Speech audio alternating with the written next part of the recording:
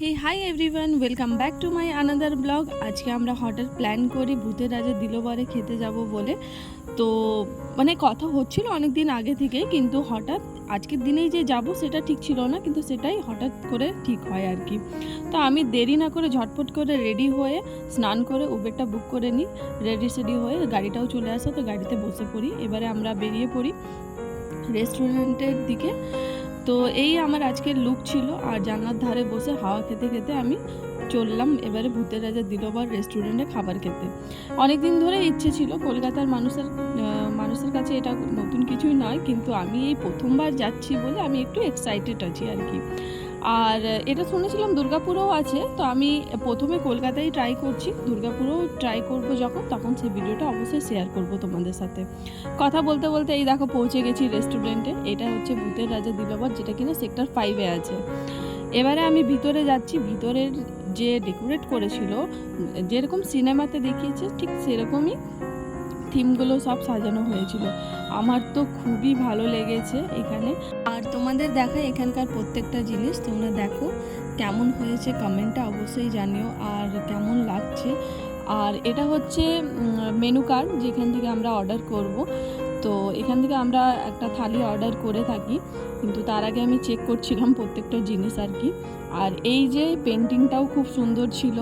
আর আমি যেখানে বসেছি ঠিক তার ব্যাক সাইডে সত্যজিৎ রায়ের পোস্টার নয়, ছবি ছিল। আর এখানে প্রত্যেকটা জিনিস ঠিক তেমনভাবেই সাজানো যেমনটা মুভিতে দেখানো হয়েছিল। তো এই পেন্টিংগুলো যেটা কিনা তোমাদেরকে দেখাচ্ছি, ঠিক এই ছবিগুলো, আর এগুলো বাঁশ দিয়ে তৈরি করা হয়েছিল। আর এখানে প্রচুর লেখা ছিল অনেক কিছু, আমি খাবার খেতে খেতে সেগুলো পড়ছিলামও। আর তোমাদের জানাই এই ভূতের রাজা দিলবর রেস্টুরেন্টটা কিন্তু অনেক জায়গাতেই আছে, কলকাতায় শুধু একটা জায়গায় নয়, কলকাতায় প্রচুর জায়গাতে আছে। তারপরে একটা নতুন ওপেন করেছে যেটা কি না দুর্গাপুরে আছে। তা আমার ইচ্ছে আছে দুর্গাপুরেতেও যাওয়ার। তো সেখানে যখন যাব সেই ভিডিওটাও অবশ্যই আমি চেষ্টা করব তোমাদের সাথে শেয়ার করার। আর স্টার্টিংয়ে আমাদের অর্ডার ছিল ভেটকি মাছের ফিশ ফ্রাই, আর এটা দেওয়ার আগে আমাদেরকে কিন্তু বলা হয়েছিল হাতে হাতে দাও তালি, তবেই পাবে ভূতের থালি। তো যাই হোক, এটা একটা মজার জিনিস ছিল। আর আমি খেতে বসবো, সেখানে যদি কিছু না হয় তা কখনোই হবে না। খেতে গেছি আর চাটনিটা আমার জামাই পড়ে গেছে। তো লাঞ্চে আমাদের ছিল এই আমাদের খাবারের ছবি। তো লাঞ্চ এটা ছিল ডাল আর ফুলকপি রোস্ট আর শুক্তো আর ভাত, লঙ্কা, লেবু, আলু ভাজা, ওটা কাঁচা আমের মিষ্টি চাটনি, আর আলু পোস্ত আর ডাব চিংড়ি অর্ডার করেছিলাম। এই কটা খাবারই আমার দ্বারাই খাওয়া হচ্ছিল না। আমি তো কিছুটা আবার খেতে পারিনি, সেটা আমি পার্সেল করে নিয়েছিলাম। কিন্তু খাবার সত্যি খুব ভালো ছিল। আর আলু পোস্ত আর শুক্তোটা তো মারাত্মক হয়েছিল। আর হ্যাঁ, ফুলকপি রোস্টটাও বেশ ভালো লাগছিল খেতে। আর আমি খাবার খাবো, সেখানে যদি টক না থাকে তা কখনোই হবে না। আমি লেবুটা প্রচুর পরিমাণে খাই। তবে যাই হোক, খাওয়া দাওয়া খুব ভালো ছিল।